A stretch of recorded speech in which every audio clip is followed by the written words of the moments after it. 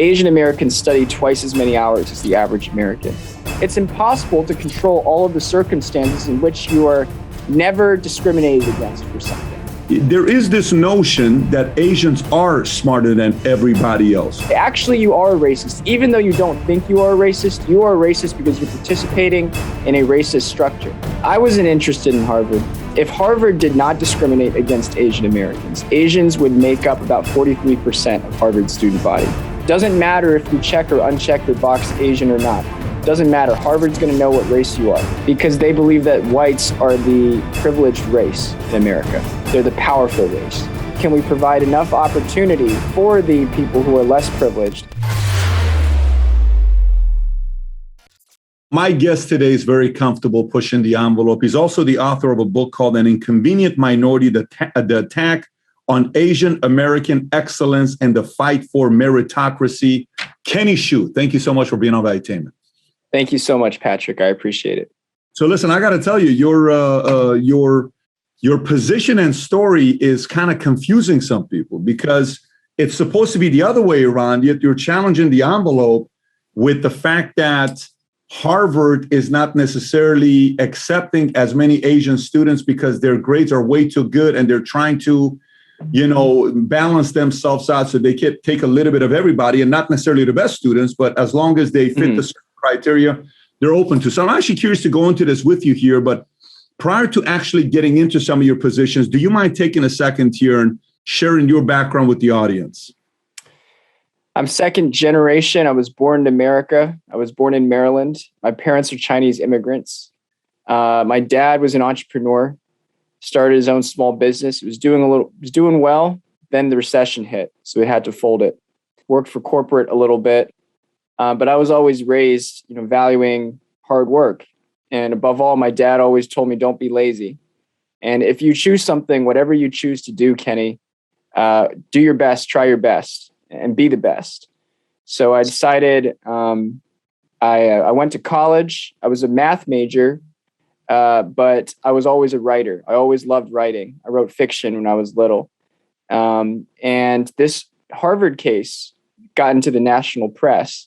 And I knew this from my own experience that Harvard was obviously discriminating against Asian Americans. But I was mad about it, but I didn't think I would write a book about it until I saw that this ideology is spreading throughout the entire rest of the country and every equity program, every college. Now, even in businesses, people are coming up with diversity, equity, and inclusion. And all I see is a penalization of the meritocratic spirit of this country that made it great. I had to write a book about it, and it just came out July 13th, and it's been doing really great. And so I'm really excited to talk about that story in my book. Yeah. So why do you think that has happened? What's the motive behind it? Why Harvard discriminates against Asian Americans? Yeah. Because Harvard, they really want specifically a racially diverse class. So they see Asians as overrepresented, right? Because if Harvard did not discriminate against Asian Americans, Asians would make up about 43% of Harvard's student body based on merit alone, based on grades, test scores. So what they do is that they artificially lower that to about half. Asian Americans only to less than half. Asian Americans make up about 20% of Harvard's student body. Because Harvard wants to admit more people of diverse races and they think it makes them more virtuous. Okay, so let's go through this. So 43% would be the student body Asians if it was based on merits, but it's not. It's currently 20%. And if we look at the based on national population, I think Asians make up 5.9% of America, give or take. Blacks are 13.4%. Hispanics are about 18.5%. Then you got the whites who are the non-Hispanic whites are a little over 60%. Then you got a small percentage of Middle Easterns and others like myself that make up the rest of the percentage, right? Yeah. So why is it? Help me understand this part. Why is it that the population is only 5.9% Asian, yet based on the criteria, 43% would be in Harvard? That's 5.9 to 43%. Why is that? What are the Asian families doing differently than the rest of us? They are teaching values that beget a good educational excellence. So Asian Americans study twice as many hours as the average American, right? They study about 15 hours a week. The average American studies about 7. Asian Americans tend to prioritize academic excellence because they have to. Because you come into this country and you don't have generational wealth, you don't have privilege, you don't have social connections. How are you going to move up in society? How are you going to provide a better future for your kids? Well, it has to be through education, because that's the great lever forward in Asian American culture. They really prioritize the valuing of education, especially Chinese and Chinese-centered cultures. It's pretty much baked into the Confucian system in some way, the ancient old tradition, and as a result, and the other thing that Asians do is that they have better 2-parent family structures that allow them to provide a conducive environment for academic excellence, because you can have your parent can pay more attention to the child, and that's very much valued in the culture. So that's what begets the academic excellence part. Got it. So when I was in high school, and we would have friends who were Asian, and whatever they may be, the students, Middle Eastern students, were also doing very good in school, because in Iran, it's also, when you come to America, they value education a lot, and to them, math, some of the math we would take in that they teach here in 7th grade, we would learn in 4th grade. It was always, hey, I already know this stuff. I learned this stuff years ago. This is easy stuff. Why are we doing this? I've done this for many, many years.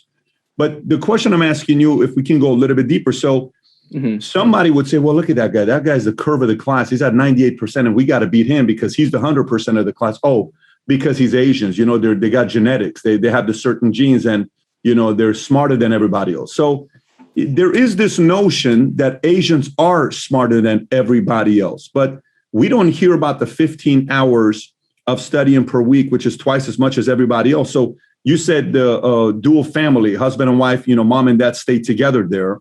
Great. What other values did you learn from your dad? I know you gave a couple of them to us here. Don't be lazy, do your best, whatever you're doing, give your best, et cetera, et cetera. What standards and expectation was it to be in the Shu family? What were some of the standards and expectations? Yeah. How do you get to be the smartest in the class, right? You have to, my dad and my mom, and for many Chinese American, Korean American, Vietnamese American families, a lot of this is very similar.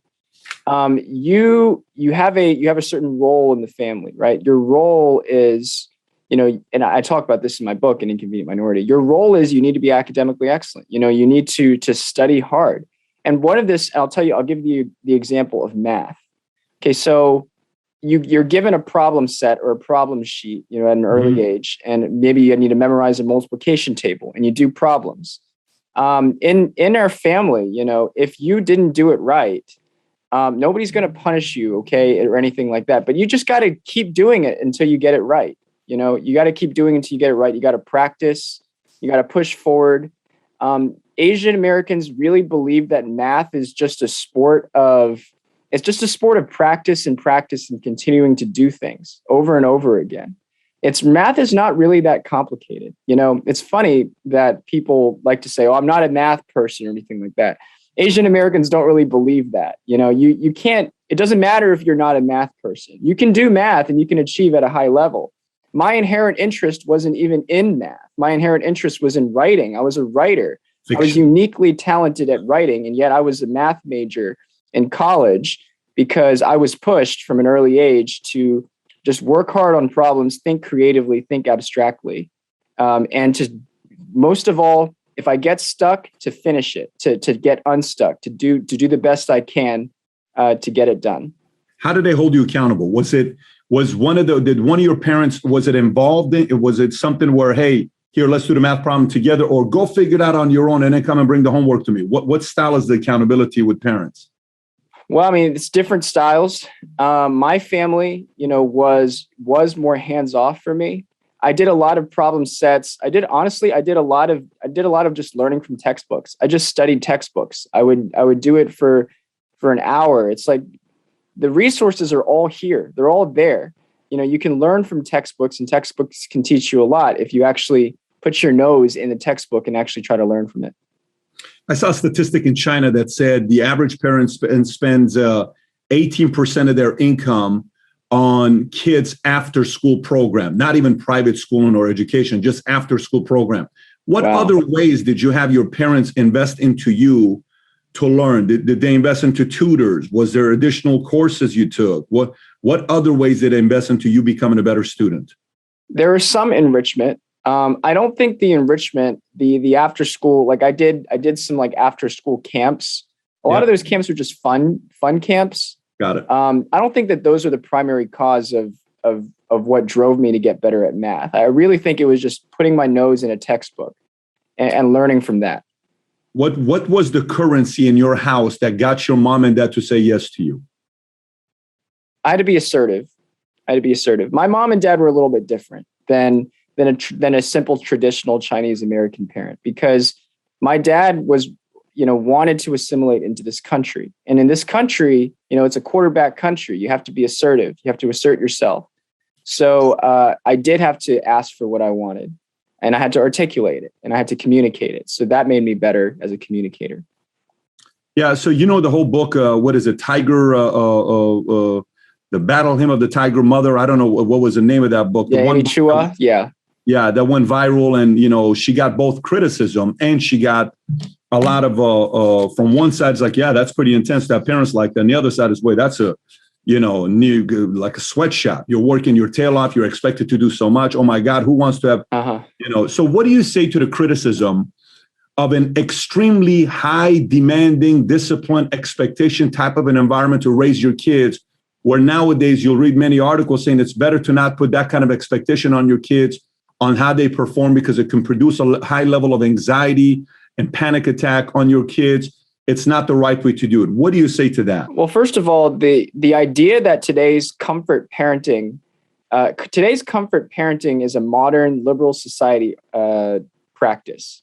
It's not practiced by all cultures. The idea that you should just, train your kid to, be special and he's special and everything like that. I don't think most parents believed that in the 17th century when you're a subsistence farmer, right? You have kids so they can help you, so they can work on the farm, so they can help you milk the cows, or help you with your trade, right? We're in a very rich society, and rich society permits indulgent parenting. So my parents parented out of scarcity, not indulgence. And that's what a lot of Asian parents do. They parent out of the mindset that there are scarce resources in the world, and they don't really have time to waste. And one of those resources is time. So is the idea of parenting on the Asian side, and again, keep in mind, it's very similar to Middle Eastern. Like in my family, my mom, God forbid, found out how much money I have and what my net worth is. And she says, somebody told me you're worth this much money. I said, Mom, it's lies. Why do you believe this stuff? I'm just a regular guy. And she'll come and see the businesses we built. And, oh my gosh, this is all the business. And then she'll say, how come you don't have a 4-year degree? When are you going to get a bachelor's degree? So in the Middle Eastern culture, you're either a doctor, a lawyer, or an engineer. You do that. Oh, yeah. You made it to the top, right? You've done above and beyond. But how do parents in the Asian community view the role they play for their kids? And is there anything of the kids on the culture that you owe back to your parents? Or is the culture more, my goal is to raise you and then you go live your life and do whatever you do? Is there anything that I get back from my kids when they become adults, independent, winning? Okay, so they really view their role as helping their kids to, not helping their kids, but really pushing their kids to have value in this world, to do something that adds significant value. And that leads to respectability, which is why you see a lot of Asian parents pushing their kids into these respectable careers. Doctors, engineers, lawyers, everything like that. Those are all respectable. Those have degrees. Those have credence. And the reason why they do that is because, they come here. They have no status. They have to earn their way up, and what they crave for their child is for their child to have a better future than them. and future and professional careers are aligned to them with a better future because it's respectable, it's high status, it's everything like that. So they will pour their hearts into their child. They will pour everything they have in their child. You have these children in New York. So you have these parents in New York City who are literally like these Chinese parents in New York City who literally don't even speak English, who maybe are working in a restaurant, maybe own their own place, probably making less than, $30,000 a year. And every penny that they have that they save, they put in their child's test prep. They put in their child's textbooks. They try to do some enrichment for their kid. And that produces results. Their kids go up to go into the gifted and talented programs in New York City. They graduate from Stuyvesant Bronx Science High School, where 90% of the kids who are on free and reduced lunch in those high schools are Asian. So that's the part where I was going when you said there's a little bit of enrichment, that money the mother is saving to help in the test prep, to help them get better scores on the SATs or whatever maybe. That's pretty impressive to hear that. By the way, I know you did not go to Harvard. You graduated from Davidson College. Magna cum laude is what you graduated in, majoring in mathematics and minoring in philosophy. What was your GPA in high school? How well did you do in high school? I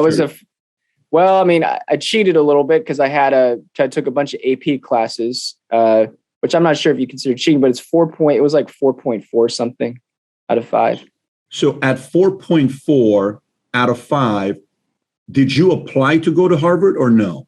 No, I never applied to go to Harvard. I applied to go to Princeton, and then I think I applied to go to UPenn Wharton. I think those are the 2 Ivy Leagues that I applied to, but I wasn't interested in going to Harvard. What? You were not interested in Harvard? I wasn't interested in Harvard. No. Why not? I knew that they were discriminating against Asians. So that there was kind of a moral principled thing there, but then I think there was also kind of I didn't like the culture when I toured there and everything like that. I never wanted to apply to all 7 Ivy League colleges. That was never my intention. Got it. So you didn't like the culture, but you did go and take a look at the campus to see if you were going to like it or not. And then you applied to Princeton. Now, would you say Princeton runs a similar kind of a philosophy as Harvard to make sure they please every ethnicity as they're accepting students there, or Princeton goes on a different philosophy? No, it's the same philosophy. The Ivy Leagues have the same philosophy. There's this graph in my book, An Inconvenient Minority. It has Asian American percentage as a percentage of student body for all 7 Ivy Leagues. And what happens is there's like an initial spike in the 80s, and then by the 90s it goes down. And every single Ivy League school, Asians are between like 15 and 18% of the student body. Every single one. And then you see Caltech, which doesn't practice discrimination against Asian Americans, and their Asian population goes from like 10% to like 40%. You got to be kidding me. No, I'm not kidding you. This graph is in the book. So every Ivy League has the same ratio of 15 to 18. Caltech's got 40%. Yeah. How much criticism does Caltech get? For not practicing discrimination against Asian Americans? Yeah. How much who is anybody targeting Caltech's approach and calling them, many different words that nowadays are used to, defame the character of that university? No one's really targeting Caltech right now because their reputation is so excellent. Their school is like a 1/6 the size of MIT, but they're number 5 in the world in terms of research papers produced in the sciences, and MIT is like number 2. Unbelievable. Yeah. Is IIT number 1? Who's number 1? Is the India I forget University? Who's number 1? Okay, so MIT is number 2. Caltech, as you said, Caltech is 1/6 the size of MIT, yet they're 6th in research papers. 5th. And they've gone up. They've gone up from 10th in the past 10 years. So from all the research that you've done, what else have you learned? Because, if we truly want, I like one of the things you talked about in your book, if we truly want to, follow the percentage that America is, which is 60% Caucasian, 13.5% African American, you got whatever the other percentages are, the MBA should have a lot more Hispanics in there. They should. and the MBA, I'm surprised. A lot more Asians. Yeah. We should have a lot more Asians in there. Why do you think the NBA lacks so many Asian players? They get very good grades. Why wouldn't NBA focus on recruiting more Asian basketball players? Because it's a difference. Well, because the NBA is a meritocracy. And that's what, by the way, produces the best product. When you have a competition, it's a true meritocracy. You get the best product. I don't think anybody would want the NBA to artificially reach for more Asians when the Asians don't deserve to be on the playing field. Let me get this straight. You're not offended that the NBA has no interest in recruiting you? No. That doesn't offend you that they don't come and target you to make you their point guard? No, because I'm self-confident enough that I know that I'm competent enough that if I was treated on the basis of merit, obviously I'm not going to get the athletic. I'm not going to be a professional athlete, but I know that I'm competent enough that, there are other opportunities available for me.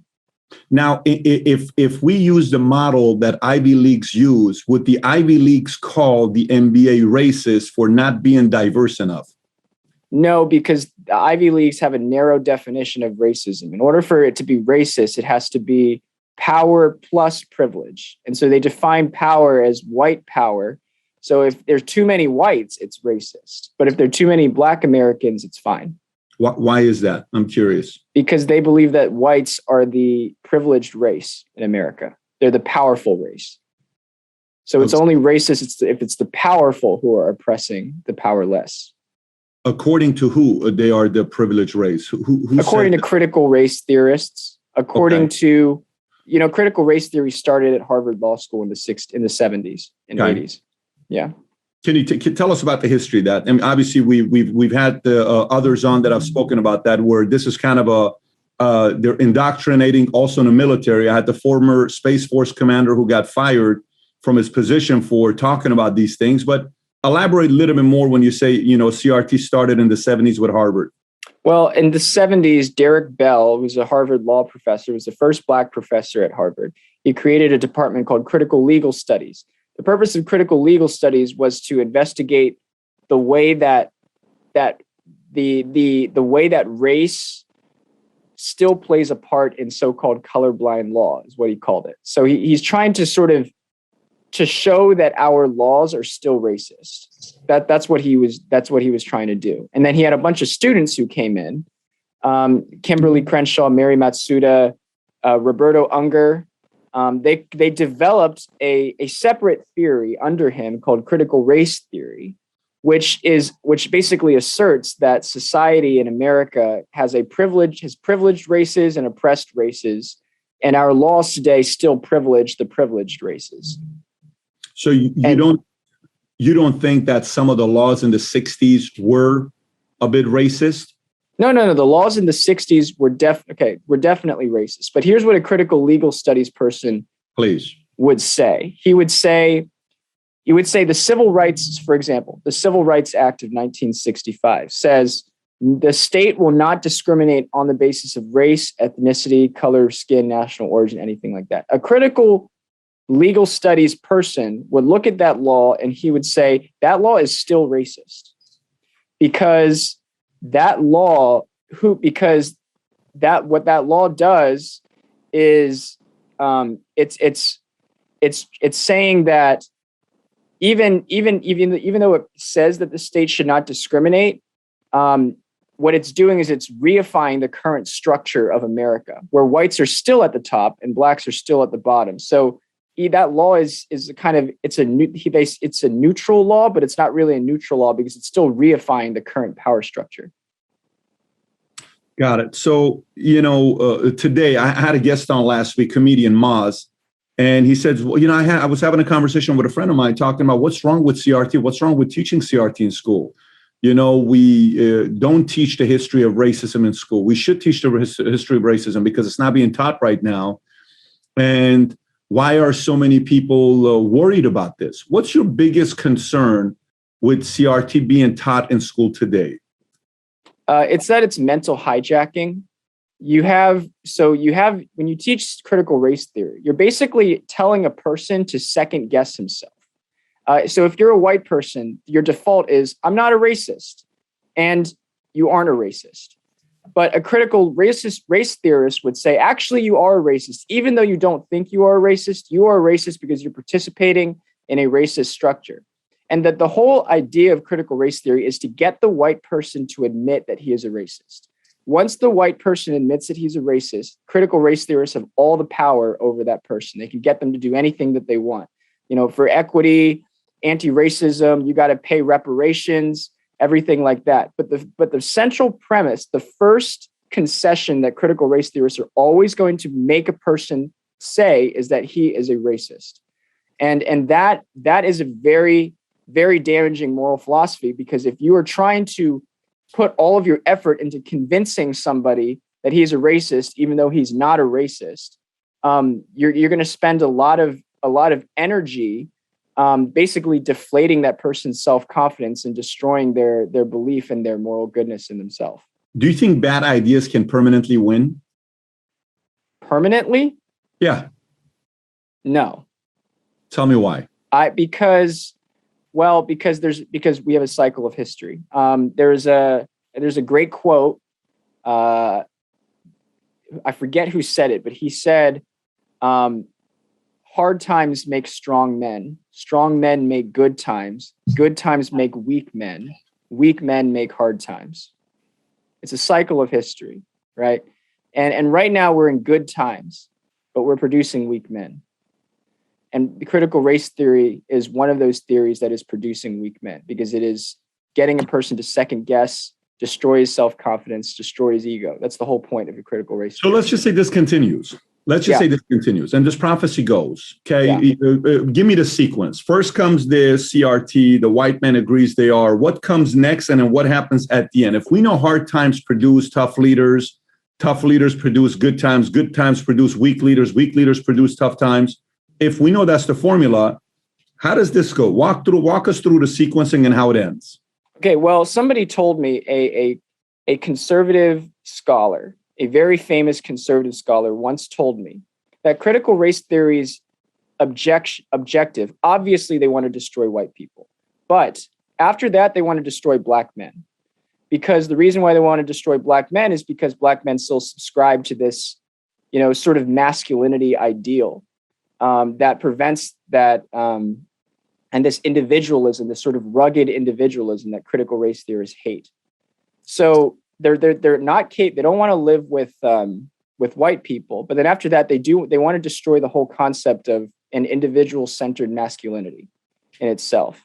And that's what I think is going to happen. Once they go after the whites, once they successfully convince whites that they're racist, they're going to go after the truly individualistic, free-spirited black men in this country, and they're going to convince them that they are perpetuating something awful. Why, though? What's the outcome? What's the ultimate outcome? Say they get everything they want. What's the ultimate outcome? The ultimate outcome is collectivization under identity politics, where the winners are the people who claim that they represent the so-called identity group. So if you're what we're going to in our culture right now, we're going from a culture where merit advances people and merit is rewarded, towards a culture where victimhood is rewarded, where self-victimhood is rewarded. Okay. So if you are the people who will win in a critical race theory dominated society are the people like Kimberly Crenshaw, the critical race theorist, who claim I stand for Black people and I stand for Asian people. I am the leader of this Asian related group. Give my nonprofit the money. And you see this already. After Stop Asian Hate happened, billions of dollars went to so-called nonprofits that advocated for Asian American causes.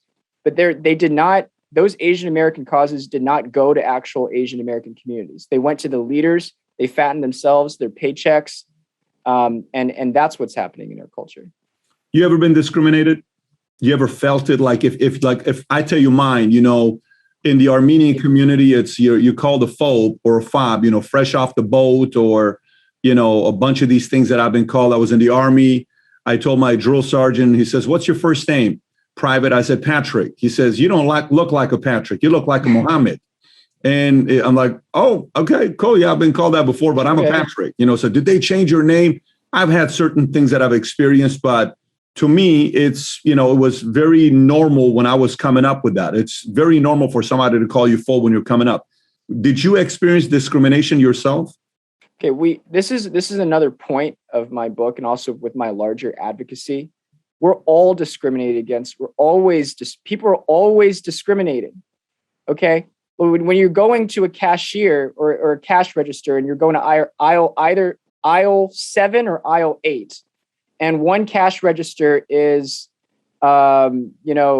a grumpy looking person who just got a bad hair day, and another cash register is an attractive woman, who are you going to go to, or who you're more likely to go? You're always discriminating. So that's the thing about our culture. Like, I was discriminated against in the book, for goodness sakes, in the book publishing process, because I wasn't a household name, but I was always also discriminated for. Like, my Asianness helped me in getting the contract for my book as well. It's impossible to control all of the circumstances in which you are never discriminated against for something. And so this is part of the advocacy that I'm showing, is that we're always discriminating. Yeah. But what we can do is we can try to treat people more meritocratically. Some people may disagree with you, and they may say the grumpy old man will make for a better conversation and a better story than the attractive female. But we know which one you're going to go to. But let's go back to that. So right. I asked you a question about the NBA, and he said, listen, it's because they're going to go after, whatever the, meritocracy. You got to get the guy that's going to outperform the other one. And, so a guy like me who's 6'5" with a 6-inch vertical leap is probably not a good, quality of guy to be in the NBA. But go to NHL. If you go to the NHL, what percent of it? And NBA, I think, is 76% African-American. NHL is more like 95% Caucasian. How come the CRT community or the Harvard community cannot go? How come you don't hear any pushback with NHL? Well, I'm hearing a bit of pushback. I read in a recent Washington Post article, complained about the whiteness of the NHL players, no doubt. But I think, sports fans largely respect meritocracy. I think this is the reason why and the NHL hasn't been the subject of as huge of a pushback as, say, the political sphere is, because we largely respect the system that produces and then rewards the best athletes.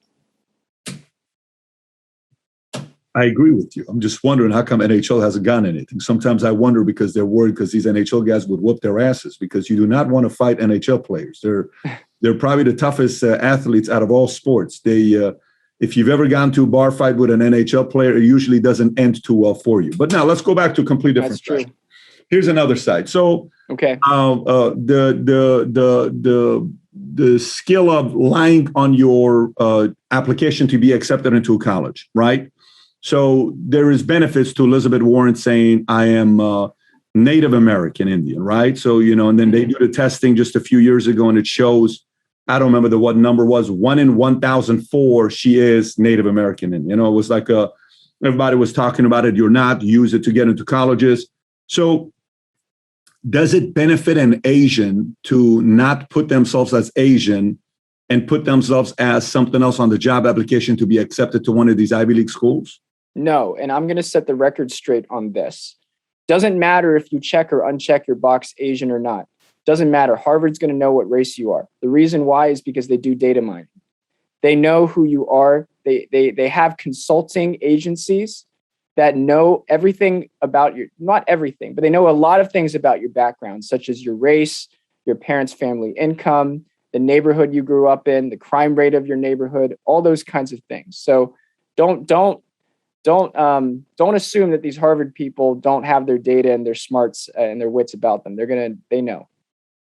Maybe you would also need to change your last name, right? And you would probably also, if you want to really disguise it, you could change your last name. Not everybody does it like Harvard, but Harvard's going to know your race.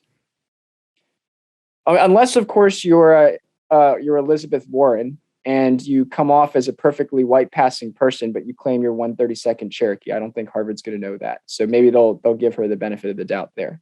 She's got a gift, though. You got to give her. You got to give credit to her gift, her ability to, convince the world that she's a Native American Indian, because that is a gift of hers. But not forever. It's true. That's why I'm saying bad ideas. My idea is bad ideas don't live forever. They just fool a few people, sometimes a few million people for a few decades, and then they realize it was a shitty idea. And typically, by the time they find that it's a bad idea, it's already too late. You only got a few more years to live. My hopes are that people like us, I told you off camera, I said, isn't it weird that we got a guy who's from China, second generation, you yourself, you said second generation. I think you said second generation. And you got someone here who lived in Iran 10 years, 2 years in Germany. And how do you feel about what America was founded on? What does this idea of America mean to you? Because to me, I think this is the greatest country in the world. What do you think about America and how it was founded on? America is a country that, to me, at its best, it judges you on the content of your character, not the color of your skin. That is a founding American principle. I know it wasn't articulated by Thomas Jefferson or Martin Luther. It was articulated by Martin Luther King, excuse me. But it is a founding American principle. It is the principle that has made this country so great because we are such an accepting country, because we accept immigrants. And not just that we accept immigrants, but we say to them, you're not guaranteed success in this country. But if you work hard, you'll be treated on the basis of that work, not your background. That's the ideal that has made America great. It's the American dream. It's the foundation of meritocracy. And that's why America is the greatest country in the world. Why does that concept scare so many people?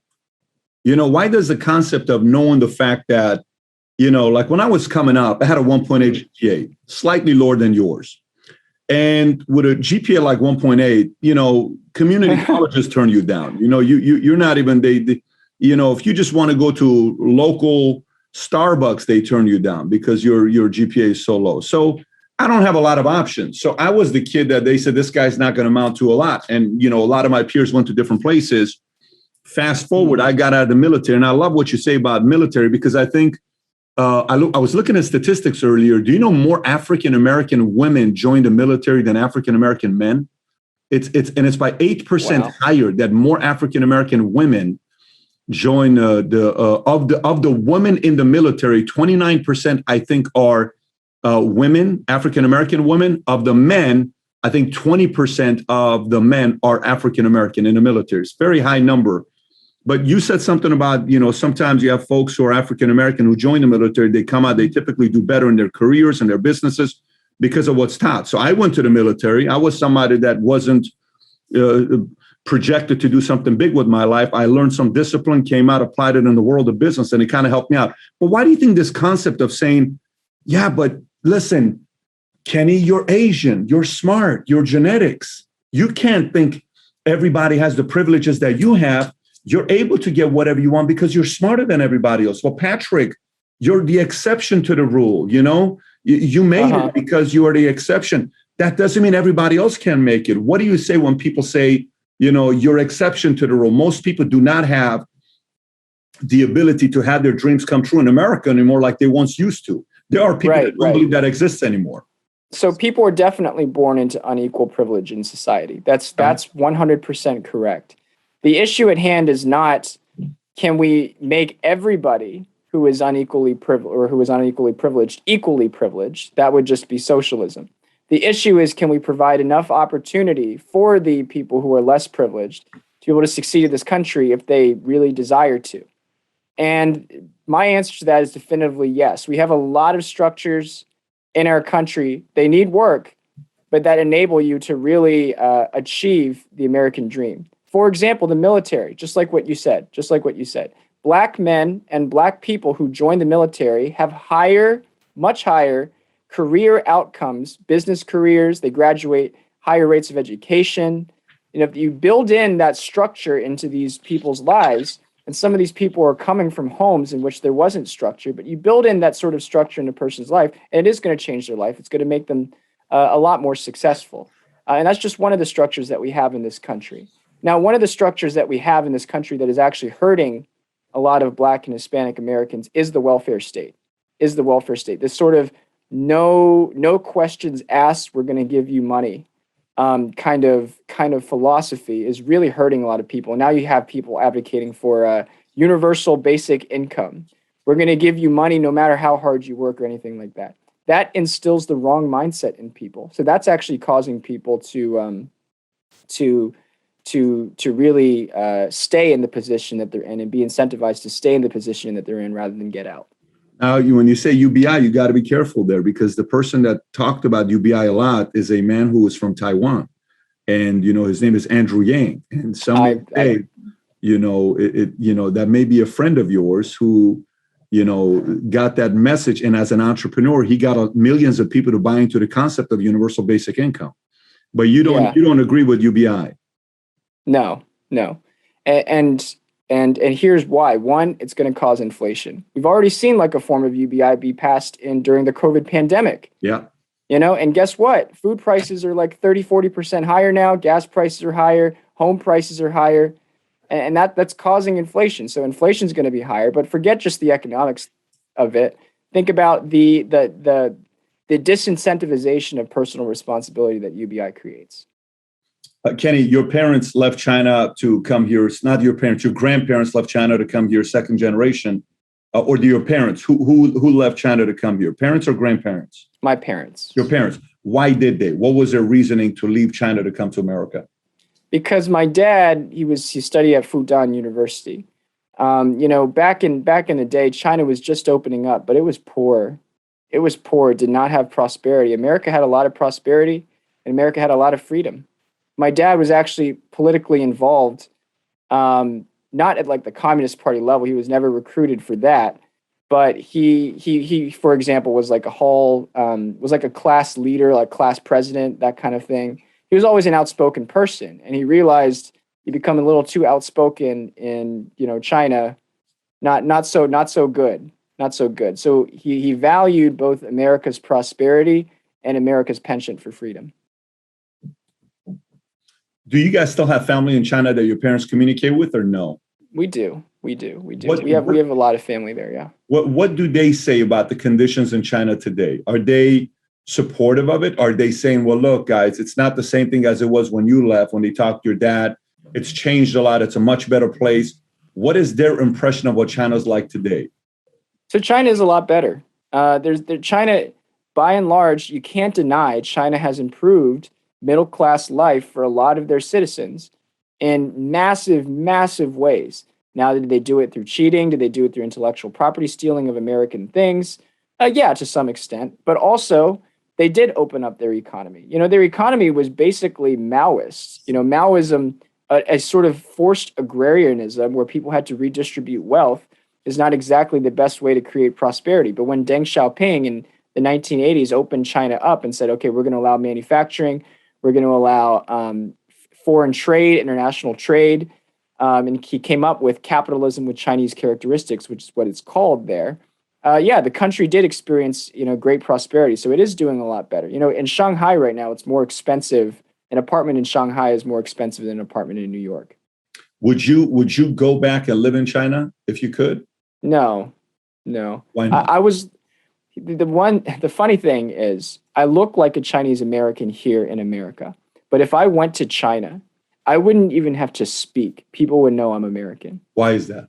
Because of my walk, because of my teeth, because of my cadence. It's a feeling. It's a feeling. This is something that people understand about America. They think that everybody who comes to America just represents their home country. No, we actually, if you live in America long enough, you were born here, you were raised here, in many ways you become an American. Are you someone that's worried about the direction China is going right now and the amount of concentration they have in America today? Like the amount of influence and foreign influence to have in America? Sure. Of course I'm worried about I'm worried about foreign influence in America in general. In China, to the extent that they have spies, intelligence in America, that obviously needs to be shut out. Particularly with regards to currency manipulation, trade, everything like that. I think that needs to be a policy that's handled by better experts than me on that. So what's long-term aspirations for someone like you? What do you want to do next? I know you were working with Young Americans Foundation. You're serving currently as their development officer. I know you're writing books that are getting the attentions of a lot of people. What are your long-term aspirations? Well, I left with Young America's Foundation. I love Young America's Foundation, by the way. But I did come to serve I was recruited as president of Color Us United, which is behind me right here, where we advocate for a race-blind America. Race-blind America. ColorUsUnited.org. And we're basically doing institutional guerrilla warfare, Patrick, because so many of these institutions have resorted to treating people on the basis of identities that are, practically speaking, collectivist and irrelevant to them. So if your listeners really agree with the subject of what I'm talking about and how we can fight for a truly race-blind America, you should go to ColorUsUnited.org. But that's really what I am, and sign our petition. Because that's really what I'm working on creating a more just and more meritocratic society. We're going to put the link below for people to go to your website and for people to be able to find you as well, whether it's Twitter or Instagram. We'll put those as well. Also, the link to your Inconvenient Truth. Do you run a podcast, by the way? Do you have a podcast or a YouTube channel that you run? Inconvenient Minority with Kenny Shu, where I tackle race, identity, and culture. I've had James Lindsay, Chris Rufo on board. Heather McDonald is one person who I correspond regularly with, who I have on the podcast. So just search Inconvenient Minority with Kenny Shu. You can find it wherever podcasts are found. I got a recommendation for you for someone to interview. His name is Lucian Truscott. Lucian Truscott. Lucian Truscott. If you Google him, he is this great grandson of Thomas Jefferson. And I think I would love to see you interview him. It would be very entertaining. And if you don't know who he is, if you Google his name if you search his name on YouTube, you'll see an interview with him and I. And after about 1 minute, you'll know why I'm recommending you to sit down with him. I think it'll be entertaining. I think people will love it. But I think the chances of agreeing for an interview with you is less than 0.1%. So, hey, buddy, very excited about what you're doing. Keep doing what you're doing. It's very necessary. The concept of bringing awareness to this topic from the angle that you're taking it and having the moral authority to share with your background is extremely helpful, gets a lot of us thinking. But it's been very nice to have you on here on Valuetainment. Absolutely, Patrick. Thank you for having me. Anytime. Take care. What do you have to say about what he said, by the way? What are your thoughts? I mean, he had a lot of things to say. Pretty eloquent speaker. So comment below. I'm curious. If you enjoyed it, put a thumbs up and subscribe to the channel. I got 2 other interviews I want you to watch if you enjoyed this. One of them is not an interview, a video I did a few years ago titled Every University's Worst Nightmare. If you've never seen it, click over here. And the other one is with the former Space Force commander who got fired because he shared what's really taking place in the military, U.S. military, similar to what Kenny is saying taking place with Ivy League schools. Having said that, enjoy. Take care, everybody.